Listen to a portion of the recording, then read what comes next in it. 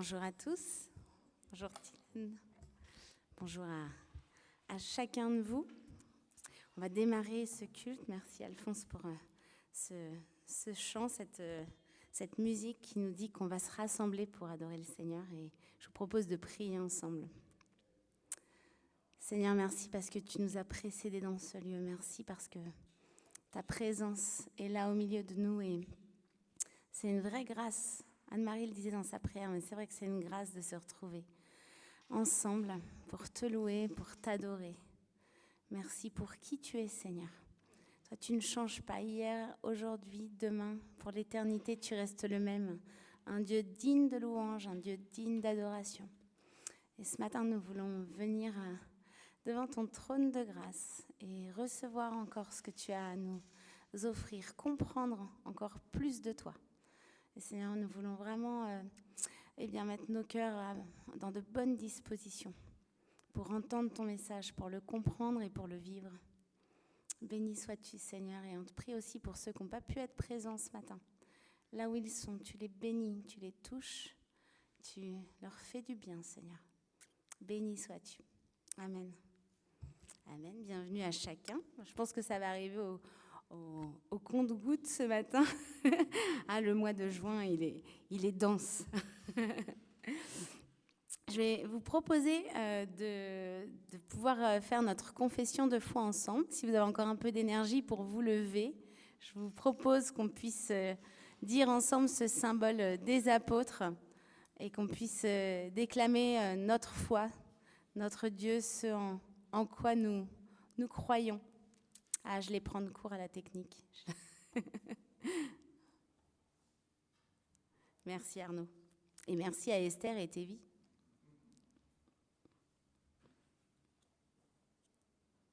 Voilà, on va pouvoir le dire ensemble. Je crois en Dieu, le Père Tout-Puissant, Créateur du ciel et de la terre. Je crois en Jésus-Christ, son Fils unique, notre Seigneur, qui a été conçu du Saint-Esprit et qui est né de la Vierge Marie.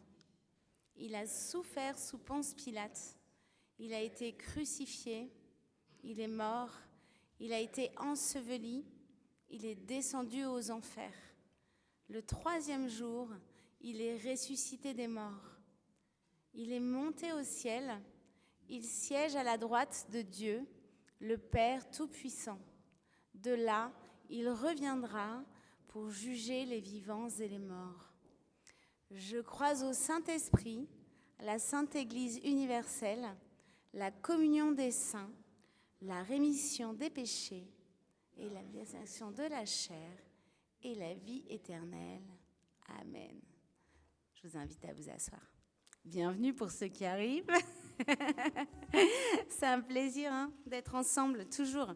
Qu'on soit en petit nombre ou en grand nombre, c'est toujours une joie de se retrouver et de pouvoir juste vivre ensemble l'amour du Seigneur, la communauté, l'amitié, tel que Dieu nous l'a enseigné. Et puis, c'est aussi son dessein pour nous, qu'on puisse vivre notre foi de manière commune et pas juste chacun de notre côté. Alors, à 9h30, on fait quelque chose où moi, je commence à m'accoutumer. C'était pas facile pour moi au départ. Mais il y a ce psaume antiphoné où je commence à dire la première verset du psaume et puis vous me répondez comme ça. Et puis, on fait un échange, un dialogue sur ce psaume. Et ce matin, le psaume que nous allons déclamer ensemble, c'est le psaume 112. Alors, s'il y en a qui veulent, vous pouvez même vous lever. Parce que je trouve que ce psaume, il est beau à déclamer. Et puis, voilà, si vous le pouvez, je vous fais relever. Comme ça, je vous ai dit ce matin, il faut qu'on se réveille. Louez l'Éternel. Heureux l'homme qui craint l'Éternel et qui trouve un grand plaisir à ses commandements. Sa prospérité sera puissante sur la terre. La génération des hommes droits sera bénie. Il a dans sa maison bien-être et richesse, et sa justice subsiste à jamais. La lumière se lève dans les ténèbres pour les hommes droits, pour celui qui est miséricordieux, compatissant des justes. Heureux l'homme qui exerce la miséricorde et qui prête qui règle ses actions d'après la justice.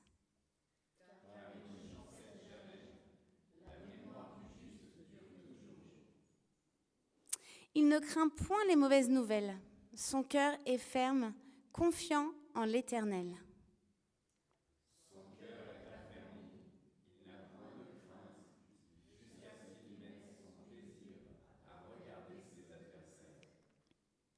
Il fait des largesses, il donne aux indigents. Sa justice subsiste à jamais, sa tête s'élève avec gloire. Le méchant le voit et s'irrite, il grince des dents et se consume. Les désirs des méchants périssent. Amen. Amen. Je vous invite à vous asseoir. Ce psaume, il introduit déjà ce temps dans lequel nous allons rentrer, le temps de la loi de Dieu. Il nous dit déjà comment nous devrions nous comporter en tant que chrétiens, la bonté qu'on devrait manifester à l'autre, vivre dans la justice du Seigneur, pouvoir être bon avec l'indigent. Il nous appelle déjà sur ce chemin de sanctification. Et je vous invite encore à lire avec moi ce texte dans la parole. C'est le texte de Romains, chapitre 7, versets 21 à 25. Je vais le lire. Je trouve donc en moi cette loi. Quand je veux faire le bien, le mal est attaché à moi. Car je prends plaisir à la loi de Dieu. Oui, je prends plaisir selon l'homme intérieur. Mais je vois dans mes membres une autre loi qui lutte contre la loi de mon entendement et qui me rend captif de la loi du péché qui est dans mes membres. Misérable que je suis, qui me délivrera du corps de cette mort ? Grâce soit rendue à Dieu par Jésus-Christ notre Seigneur. Ainsi donc moi-même, je suis par l'entendement esclave de la loi de Dieu et je suis par la chair esclave de la loi du péché. Parole de l'Éternel. Ce passage, il nous explique bien un peu ce côté antinomique en nous. Il y a la loi de Dieu qui est inscrite en nous et comme on l'avait lu dans ce psaume, voilà, il y a des bonnes choses que Dieu a inscrites en nous et puis il y a ce qu'il souhaite que nous fassions. La bonté, la justice, la patience, vous connaissez mieux que moi le fruit de l'esprit, de donner le pardon, d'être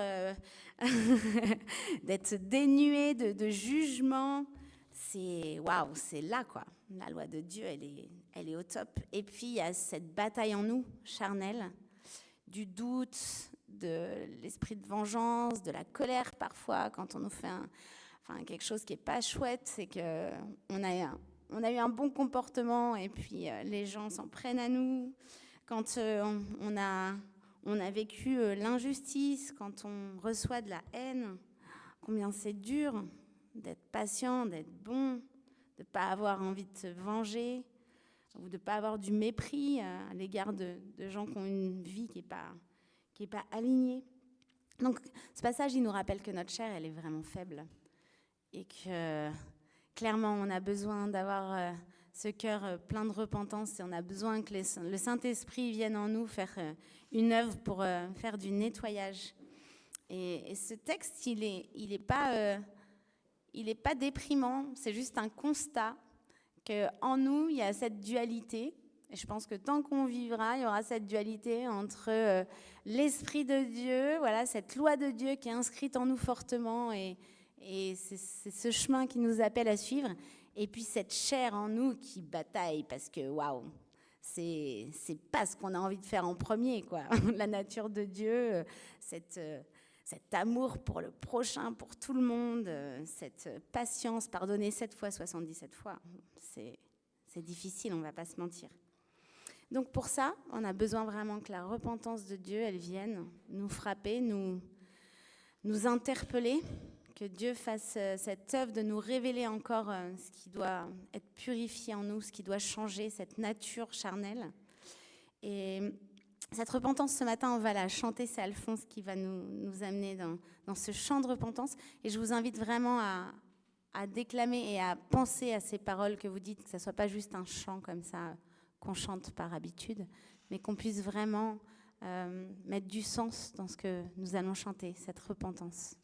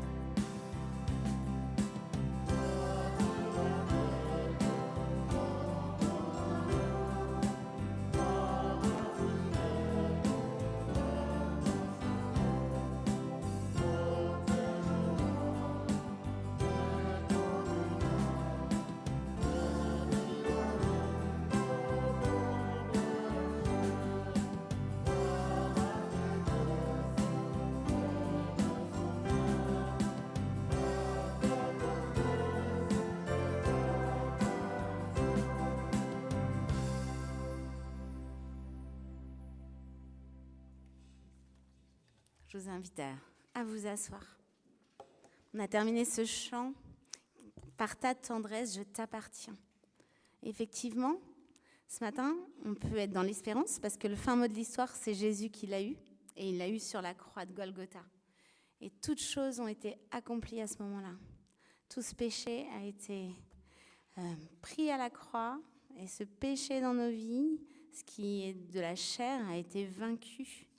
Et du coup, on peut être dans cette espérance que nous appartenons à la famille de Dieu, que nous avons été rachetés, chacun de nous, et que son sang a coulé pas pour juste une multitude, mais pour des individus. Et qu'aujourd'hui, cette chair, c'est dit dans la parole, cette chair, elle peut vraiment descendre en nous, diminuer, et l'esprit de vie de Jésus peut croître. Et ça, c'est une espérance pour nos vies de chrétiens. Que ce soit notre prière aujourd'hui. Seigneur, que tu grandisses et que moi je puisse diminuer pour que vraiment tu puisses prendre cette place et œuvrer à travers moi. Merci Seigneur parce que tu nous as rendus justes et parfaits en mourant sur cette croix pour nous, Seigneur. Tu as déjà tout accompli et nous recevons ce cadeau du rachat et nous recevons, Seigneur, ce pardon de nos péchés. Alléluia, Jésus. Et vraiment, on veut l'adorer et chanter notre Seigneur parce qu'il est bon et parce que ce qui a été accompli il y a 2000 ans, ça agit encore aujourd'hui dans nos vies. Donc, on va prendre ces chants de louange et on va encore vous inviter, pour ceux qui le peuvent, à vous lever.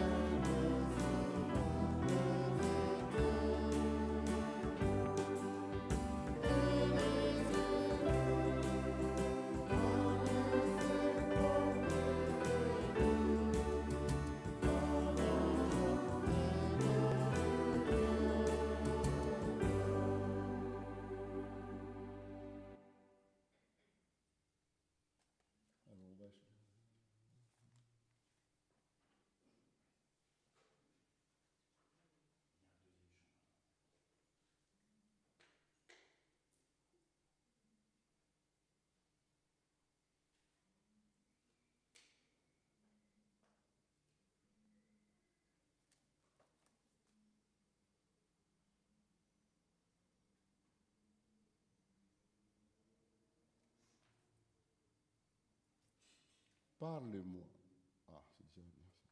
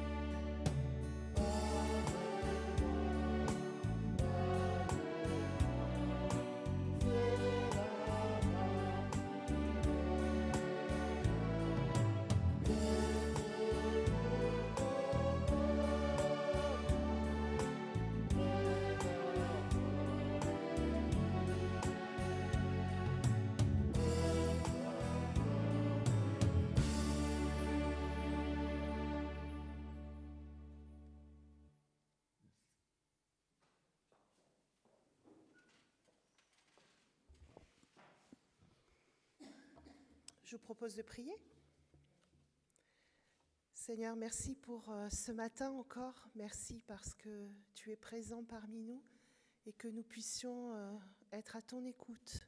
Parce que ce que tu as à nous dire doit pouvoir entrer en nous et aller au fond de notre cœur. Et Seigneur, ce matin, tu veux toucher particulièrement une personne. Je te prie de nous accompagner. Amen. Moi, je suis persuadée que ce matin, ce que je vais vous apporter de la part du Seigneur, c'est au moins pour une personne. Alors les autres, ils vont se dire, ben, et moi, mais vous êtes une personne. Donc, je suis persuadée que... Je sais pas, ça va.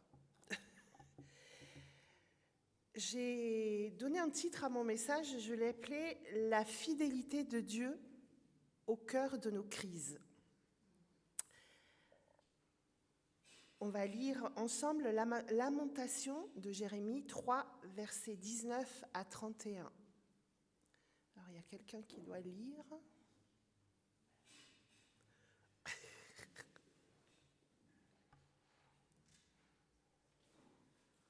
Quand je pense à ma détresse et à ma misère, à l'absinthe et au poison,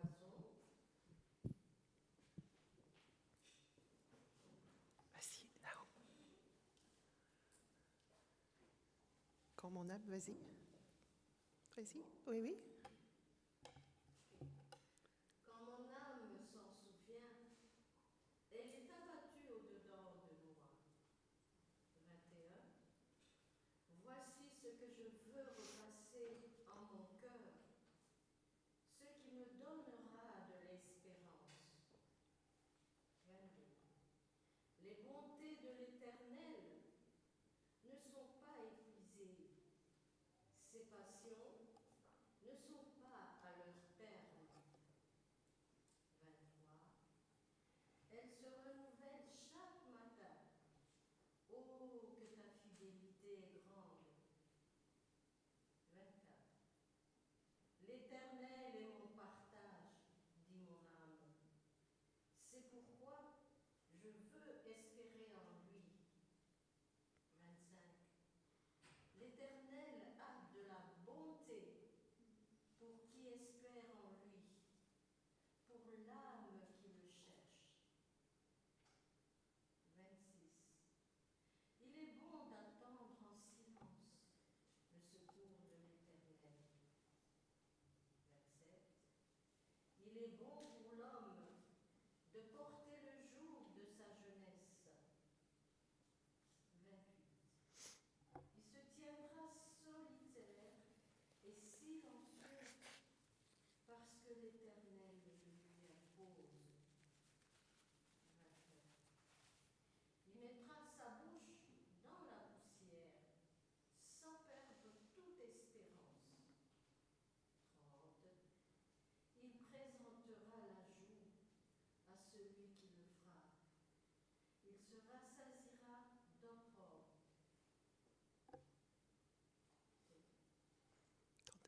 31.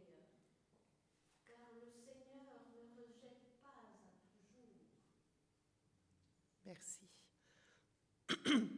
Alors, on va plutôt s'arrêter ce matin sur le verset 22 et 23. Les bontés de l'Éternel ne sont pas épuisées, ses compassions ne sont pas à leur terme, elles se renouvellent chaque matin. La fidélité est grande. Quand on lit ce verset, on imagine quelqu'un, un auteur paisible, assis au bord d'une plage, au lever du soleil, l'esprit serein avec sa tasse de café, la belle carte postale spirituelle, idéale d'ailleurs pour mettre sur nos réseaux sociaux. On aime bien mettre ce verset, les bontés de l'Éternel, avec une jolie image. Nous, ce matin, on va essayer d'aller un petit peu derrière la carte postale. On va un peu la déchirer, cette carte postale qui est idyllique. On va plutôt regarder derrière le décor.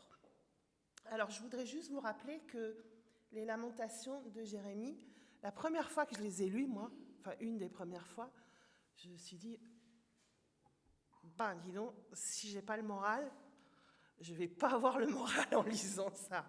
Je ne sais pas si vous l'avez déjà lu, mais ce n'est pas le texte le plus joyeux de la Bible. Il a été rédigé par le prophète Jérémie, qu'on appelait d'ailleurs le prophète des larmes, si je ne me trompe pas, parce que son livre, il n'est pas joyeux. Il faut dire que quand il a écrit, quand il a vécu tout ça, c'était lors de la ruine de Jérusalem. Donc il y a eu une grosse guerre, beaucoup de morts autour de lui. Jérusalem était détruite, le temple était détruit, le peuple était massacré ou déporté. Et Jérémie dit lui-même qu'il a tout perdu quand vous lisez vraiment tous les chapitres. Et juste avant de dire « Les bontés de l'Éternel ne sont pas épuisées », il dit, dans le verset 17 et 18, « Tu m'as enlevé la paix. Mon assurance est perdue. Je n'ai plus d'espérance en l'Éternel. » En fait, il était vraiment au fond du gouffre. Ce qu'il vivait, c'était quelque chose de tellement difficile pour lui. Comment un homme qui vient de dire qu'il n'a plus d'espérance peut-il, 2 versets plus loin, dire « Les bontés de l'Éternel ne sont pas épuisées ». Moi, quand je suis au fond du gouffre, je n'ai pas envie de dire que l'Éternel est avec moi. Enfin, je ne suis pas normale ou vous êtes tous comme ça, je pense. En plus, quand il a dit ça, les circonstances n'avaient pas changé. Il était vraiment au milieu de Jérusalem et voyait toute la désolation. Alors ce matin, j'aimerais bien qu'on découvre comment, au milieu de nos nuits, de nos difficultés, on peut activer la force de l'espérance. Dans le verset 19 à 20, Dieu accepte nos souffrances. C'est-à-dire qu'il est dit « Quand je pense à ma détresse et à ma misère, mon âme est abattue au-dedans de moi. » Jérémie, il ne nie pas sa souffrance. Il ne cherche pas à afficher un sourire de façade. Il parle d'amertume, il parle de poison, il parle de tout ce qui lui est arrivé.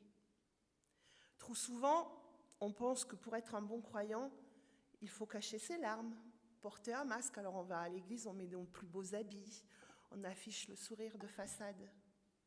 Mais Dieu déteste l'hypocrisie spirituelle. Restons naturels. D'ailleurs, dans la Bible, David lui-même, quand vous lisez dans les psaumes, il a trempé son lit de larmes. Et il y en a un qui nous enseigne aussi qu'à travers les difficultés, il s'est relevé, c'était Job. Quand vous lisez Job, mais moi j'aurais pas voulu vivre ce que lui il a vécu, quoi. Il a crié sa détresse, il a été vrai. Et d'ailleurs, Jésus n'a-t-il pas pleuré? Il a pleuré devant Lazare. Il a été vrai. Dieu ne nous a jamais demandé d'être des robots insensibles. Il nous invite à venir à lui avec une authenticité et qui veut que nous soyons vraiment vrais. Malgré nos difficultés, on a quand même l'espérance. Et l'espérance, c'est un choix volontaire. Dans le verset 21, il est dit « Voici ce que je veux repasser en mon cœur et ce qui me donnera de l'espérance. » Jérémie, il ne dit pas « Soudain, je me suis senti mieux ». Ce n'est pas ce qu'il dit. Il dit « Je veux repasser en mon cœur ce qui me donnera de l'espérance. » En hébreu, ça exprime un effort violent de la volonté. En fait, il faut de la volonté. L'espérance, ce n'est pas un sentiment passif, il faut décider. Soit je reste et je regarde mes difficultés, ou soit j'avance. Dans chaque épreuve, il y a 2 petites voix qui s'entrechoquent. Alors, il y a souvent... moi, j'ai souvent entendu ça quand on est dans l'épreuve. J'ai le petit diable et puis le petit ange là. Alors, j'aime pas trop cette image, mais on a quand même deux voix. Il y a la voix des circonstances qui va nous dire que tout est fini. C'est bon, tu es au fond du gouffre. Laisse, de toute façon, tu t'en sortiras jamais, ça ira jamais. Mais il y a aussi la voix de la foi. Et elle nous rappelle que Dieu est fidèle. Alors prêchez à votre propre cœur, dites-lui, parlez-lui. Dites-lui qu'il y a toujours de l'espérance. Dieu nous a promis de l'espérance. Et ne méditez pas sur vos problèmes. Alors c'est facile à dire, je ne minimise pas vos problèmes. Ce n'est pas ce que je dis ce matin. Hein. Mais il faut méditer les promesses de Dieu. Et j'ai entendu un message il y a quelques années, et la personne avait dit, on parlait des difficultés, elle dit prenez de la hauteur, mettez-vous en hauteur et regardez votre problème. Et vous verrez que votre problème est bien plus petit que ce que Dieu va vous donner.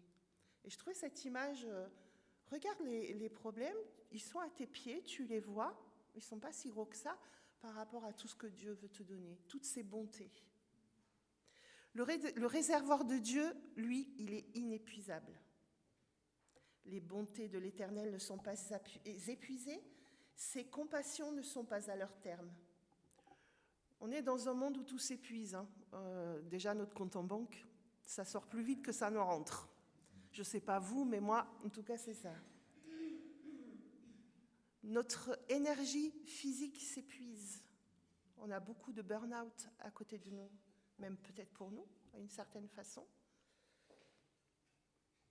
De même, la patience des autres, elle s'épuise. Notre patience aussi. C'est un peu comme une batterie de téléphone. Nous aussi, nous tombons parfois à zéro. Si on s'en sert beaucoup, je ne sais pas si votre batterie, elle tient toute la journée ou si dans la journée, vous êtes obligé de remettre un petit coup de charge, mais c'est un peu ça. Jérémie, lui, utilise le mot hébreu « Ezed », l'amour d'alliance de Dieu qui ne dépend pas de notre perfection, mais de sa fidélité. L'amour de Dieu ne dépend pas de notre perfection, mais de sa fidélité. Les murs de Jérusalem sont détruits, mais l'amour de Dieu reste intact. Le Hésed de Dieu reste intact. Vos échecs, vos tragédies peuvent vous détruire, mais ils ne pourront jamais vider le réservoir de la grâce divine. Ce que Dieu a vous donné ne s'épuise jamais.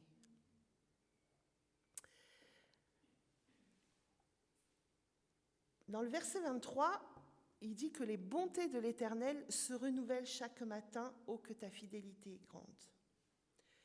Dieu ne donne pas sa grâce en bloc. Il aurait pu nous faire un gros package au début de notre naissance et dire voilà, je te donne tes bénédictions et débrouille-toi.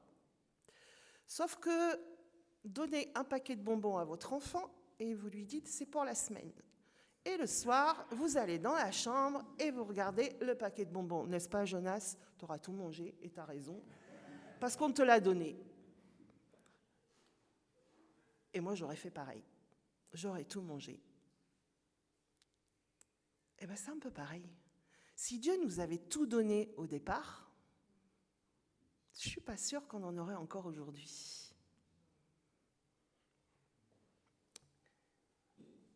Pourquoi le matin? Parce que le matin symbolise la victoire de la lumière sur la nuit. Et parce que cela rappelle le principe de la manne dans le désert. Dieu donnait une provision quotidienne à son peuple. Il distribue sa grâce jour après jour. On ne peut pas vivre sur les victoires ou les regrets d'hier. Ce n'est pas possible. Si on ressasse tout ce qu'on a fait hier est un autre jour.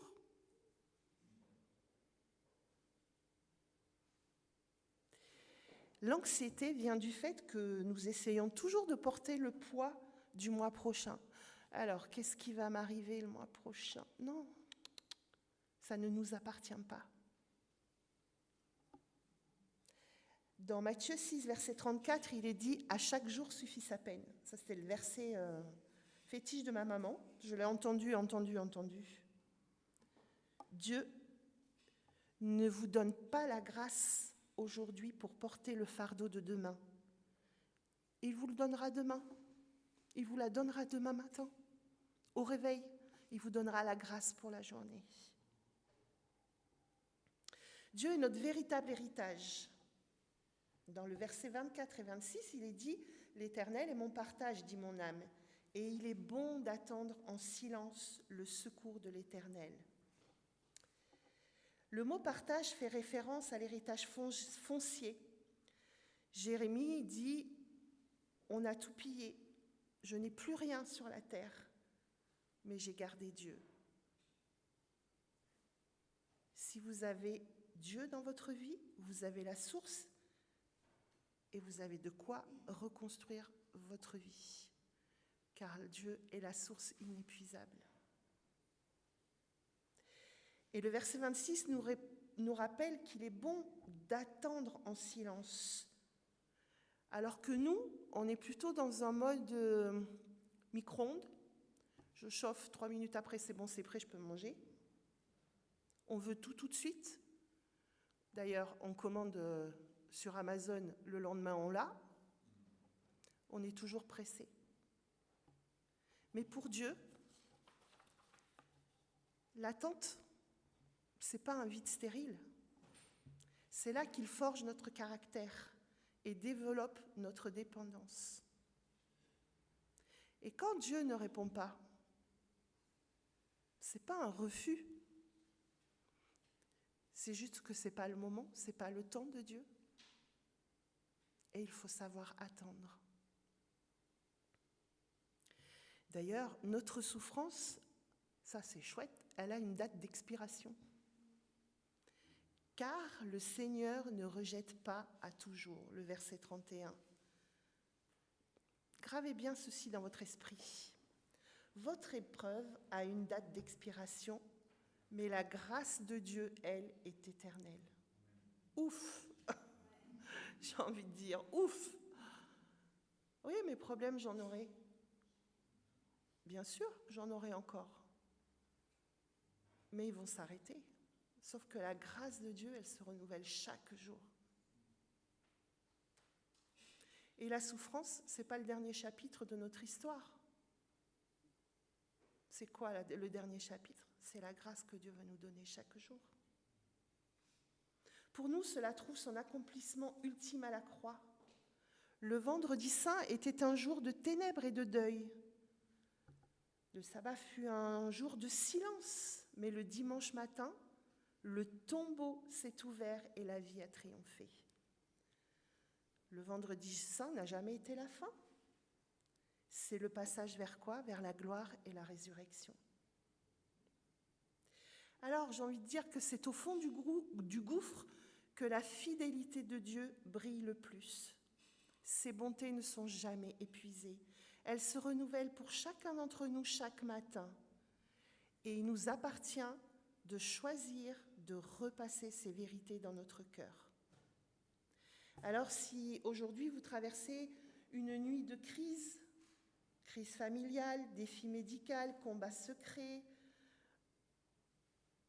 cessons de regarder les ruines et fixons nos regards sur le caractère immuable de Dieu. Prions.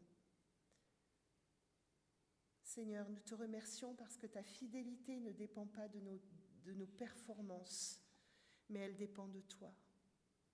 Et je prie que pour mes frères et sœurs qui traversent la nuit, que ton Saint-Esprit les fortifie et fortifie leur volonté pour qu'ils choisissent de repasser tes promesses dans leur cœur.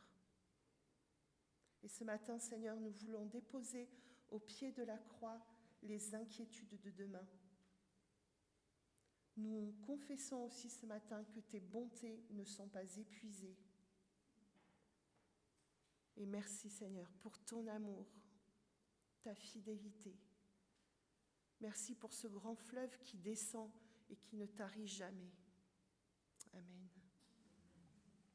Et pour terminer, j'avais eu il y a quelques temps cette image lors d'un temps de prière où je voyais une montagne avec des neiges éternelles et il y avait un torrent qui coulait. Et jamais ce torrent ne s'arrête parce qu'il y a toujours cette eau qui coule et qui se déverse. Et on était en bas, enfin moi j'étais en bas, je parle pour moi parce que c'était... Et en fait j'étais envahie par ce torrent d'amour. Et ça je veux vraiment que vous le preniez aussi pour vous. En bas, c'est vrai, il y a des difficultés. Dieu ne nous a pas mis dans un monde de bisounours. S'il avait voulu, on ne serait pas là. On serait directement là-haut avec lui. Il nous a mis dans le monde. Il savait qu'on aurait des difficultés, mais il sait que lui va déverser sa grâce et son amour. Merci.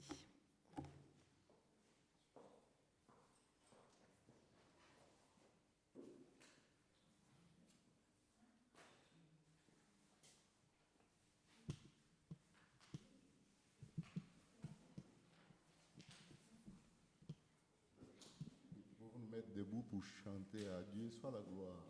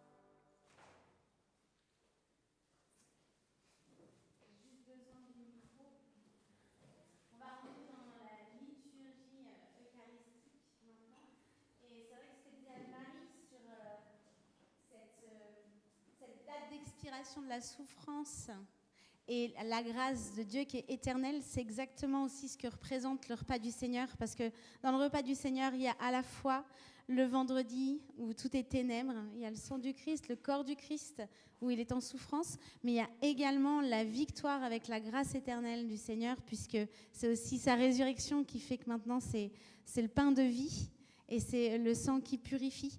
Donc tout est là dans le repas du Seigneur et je vous invite vraiment à pouvoir vous avancer. On va faire un cercle. Voilà. Que chacun puisse s'examiner soi-même. Mais en tout cas, vous êtes vraiment invités par le Seigneur lui-même à prendre ce repas. Et avec ce texte dans Corinthiens, on se rappelle que c'est en souvenir du Christ. J'ai reçu du Seigneur ce que je vous ai livré. C'est que le Seigneur Jésus, dans la nuit où il fut livré, a pris du pain. Et quand il eut remercié, il le rompit et dit, « Ceci est mon corps. Faites ceci en mémoire de moi. » Voilà le pain, le corps du Christ pour vous. Et je vous invite à vous le passer les uns aux autres. De même, après avoir soupé, parce qu'ils étaient en plein repas, c'était le dernier repas du Seigneur, et il a pris cette coupe et il a dit, cette coupe, c'est la nouvelle alliance. C'est la nouvelle alliance en mon sang. Faites ceci en mémoire de moi toutes les fois que vous en boirez. Et je vous invite pareil. Alors, j'ai mis, il y a plus foncé, plus clair, mais surtout, là, c'est le jus de raisin et tout autour, voilà, c'est le vin. Mais tu vois, le jus de raisin fait une petite... Voilà. Merci beaucoup. Vous pouvez garder les éléments et puis on va essayer de prendre ensemble. Ah, ou bien vous pouvez prendre la scène. Dans tous les cas, c'est une bénédiction. On n'est pas religieux. C'est une relation qu'on vit avec le Seigneur et c'est ce qui nous rappelle. Parce que toutes les fois que nous mangeons ce pain et que nous buvons cette coupe, ça annonce la mort du Seigneur jusqu'à ce qu'il vienne. Et merci Seigneur parce qu'il est là avec nous ce matin. Vraiment qu'on puisse encore mesurer la fin de cette souffrance. J'aime beaucoup que ça a un temps donné. Et oui, on vit des épreuves, on ne va pas se mentir, on vit tous des choses pas faciles, des pertes, des douleurs. Et en même temps, il y a cette résurrection de Christ qui peut nous donner cette joie du salut. Merci. Je vous invite à manger et boire si ce n'est pas fait.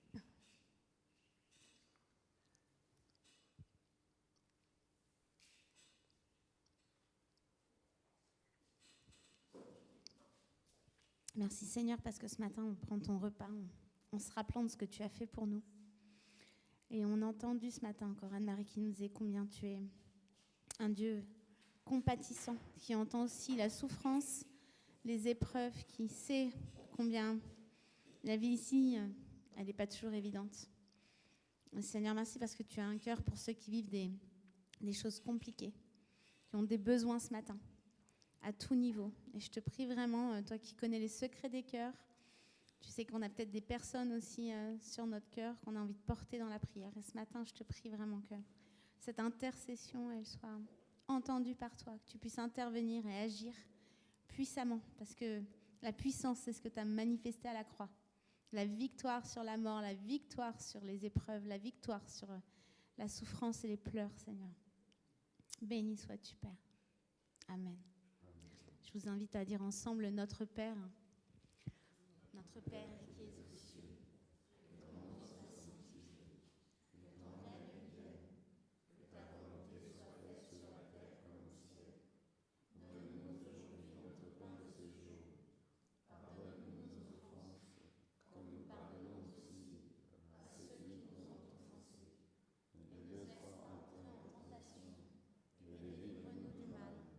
Car c'est à toi qu'appartiennent le règne, la puissance et la gloire pour les siècles des siècles. Amen. Ça va être le temps de fin de ce culte, mais je ne vais pas vous laisser partir sans une parole de bénédiction. J'en avais une ce matin, et puis en fait, ce message a inspiré une autre parole de bénédiction. Donc je vais vous donner celle-ci. Que le Seigneur de la persévérance et de la consolation vous donne d'avoir les mêmes sentiments les uns envers les autres selon Jésus-Christ, afin que tous ensemble, d'une seule bouche, vous glorifiez le Seigneur et Père de notre Seigneur Jésus. Accueillez-vous donc les uns les autres comme Christ vous a accueillis pour la gloire de Dieu. Amen. Voilà, soyez bénis. Il y a une petite bannette au fond pour les offrandes. Et je crois qu'Anne-Marie, si vous voulez encore rester 2 minutes, elle avait une parole qu'elle a reçue hier pour notre communauté. Et comme là, on est en petit nombre, qu'on est la famille, et je vais lui donner la parole. Et puis, si tu veux nous partager ce que tu as reçu du Seigneur. Bonjour. Déjà, je veux vous remercier pour le message parce que c'était vraiment quelque chose qui m'a fait vraiment beaucoup de bien. Et en fait, hier, j'étais en train de passer un moment avec Dieu et en fait, Dieu m'a arrêté pour me parler et il m'a demandé 3 choses. La première chose, c'est de le remercier pour le don qu'il a mis sur ma vie. La deuxième chose, c'est de prier pour vous avec les 2 mains. Et la troisième chose, c'est vous donner la parole qu'il m'a donnée. Voilà. Donc, je vais commencer par la première. Père, voilà, je suis devant toi et je te remercie pour ce don que tu m'as donné. Je te demande pardon de l'avoir ignoré, rejeté pendant des années parce que c'était difficile pour moi et que je pense qu'il y a vraiment d'autres personnes qui sont plus qualifiées et que moi, faire le ménage de l'Église me convient très bien. Je te remercie pour cette grâce que tu me fais et je te prie de m'aider à rentrer dans cette grâce et à te louer. Je te remercie, Père, pour ce don et je te remercie pour ta présence à mes côtés. Amen. La deuxième chose qu'il m'a demandé, c'est de vous bénir avec les 2 mains. Pourquoi les 2 mains, je ne sais pas, mais je ne peux pas tenir le micro. Voilà. Père, je suis là et comme tu m'as demandé, je bénis cette communauté, je bénis cette église en ton nom. Je place ton Saint-Esprit, que ton Saint-Esprit les visite et que ton Saint-Esprit leur parle et que tu puisses les accompagner dans ce qu'ils sont. Maintenant, Père, que leurs oreilles, que leurs yeux, que leur cœur s'ouvrent et qu'ils puissent entendre ce que toi, tu as prévu pour eux et que cette église, Père, puisse se réveiller, que cette église, Père, puisse vraiment entendre ta voix et se remettre en question et que ce ne soit pas dans la louange, par les enseignements, par tout ce que toi, tu as prévu pour eux et pour nous, qui est vraiment, Père, ton onction qui puisse agir. Je te remercie, Père, parce que tu es un Dieu qui est grand. Je te remercie parce que tu es un Dieu qui est puissant. Et je te remercie parce que, comme on a entendu ce matin, ta grâce est une grâce qui coule et qui peut tous couler sur nous. Amen. Alors, la parole que j'ai reçue.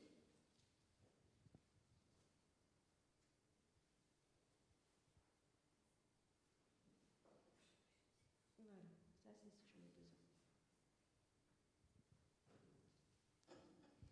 En fait, j'ai vu un chemin qui était caillouteux et sur ce chemin, il y avait des pierres et il y avait des pierres qui roulaient. Et en fait, je nous ai vus marcher sur ce pierre qui était caractérisé par ces pierres qui roulaient et ces pierres parfois roulaient sur nos pieds. Et vous, peuple de Dieu, vous vous plaignez, vous criez à Dieu en disant que vous avez mal, que ces pierres vous blessent, que sur votre chemin, il n'y a que des pierres. Et ces pierres représentent les projets de votre vie. Et voici la réponse de Dieu. Que faites-vous sur ce chemin ? Pourquoi avez-vous décidé d'y aller ? Ce sont vos propres projets, vos propres décisions qui vous blessent et qui vous font mal. Voici ce que Dieu te dit, peuple de Dieu. Je veux te mettre sur mon chemin, un chemin de terre, un chemin où tu seras appelé à avancer en regardant le ciel et plus tes propres pieds, plus tes propres désirs, tes propres projets. Voici ce que je te promets. Si tu changes de chemin, je t'équiperai. Je te donnerai des chaussures de randonnée pour que tu puisses marcher confortablement, une casquette et des lunettes de soleil pour te protéger du soleil. Quand tu marcheras plus vite, je t'équiperai de bâtons de marche. Tu ne craindras plus toutes ces pierres, ces cailloux, car je serai ton Dieu. Mes projets deviendront tes projets. Mon chemin deviendra ton chemin. Tu ne craindras pas tous ces adversaires qui se dresseront contre toi. Je serai ton Dieu et tu seras mon enfant. Tu m'appelleras et je te répondrai. Tu ne craindras pas ces fleuves que tu devras traverser, car même sous l'eau, je serai avec toi. Quand tu iras dans le désert et que les serpents viendront te mordre et que le soleil brûlera ta peau, avance, n'aie pas peur. C'est moi qui t'équipera au moment où tu en auras besoin. Quand tu tomberas, parce que tu seras fatigué et que tes jambes ne pourront te porter, j'enverrai des serviteurs qui te porteront et tu avanceras, car tel est mon désir et ma volonté. J'ai parlé, te dit Dieu. Si tu restes sur ce chemin que j'ai prévu pour toi, appelle-moi, Prie-moi, loue-moi, je serai ton Dieu, ton Père, et toi, tu seras mon enfant, mon ami, ma bien-aimée. Telle est ma promesse pour toi.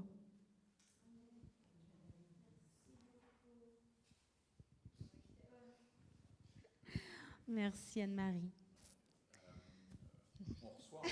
Oui, tout à fait.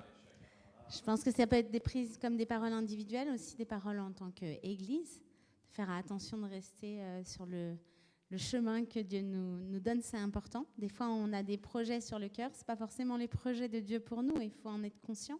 Parce que le Seigneur, il est à nos côtés, mais il faut qu'on reste dans sa volonté. Et ça demande du discernement. Et je te remercie, Anne-Marie, de continuer à prier pour notre paroisse, qu'on ait vraiment ce discernement de rester sur ce que le Seigneur veut pour nous. Et puis de manière individuelle aussi, qu'on puisse savoir prier avant de prendre des décisions et pas de prendre des décisions et de prier après pour que Dieu bénisse nos décisions, mais de vraiment mettre les choses, de remettre les choses dans le bon ordre. La priorité, c'est d'abord, est-ce que Dieu, c'est ton projet? Est-ce que c'est ce que tu veux pour moi?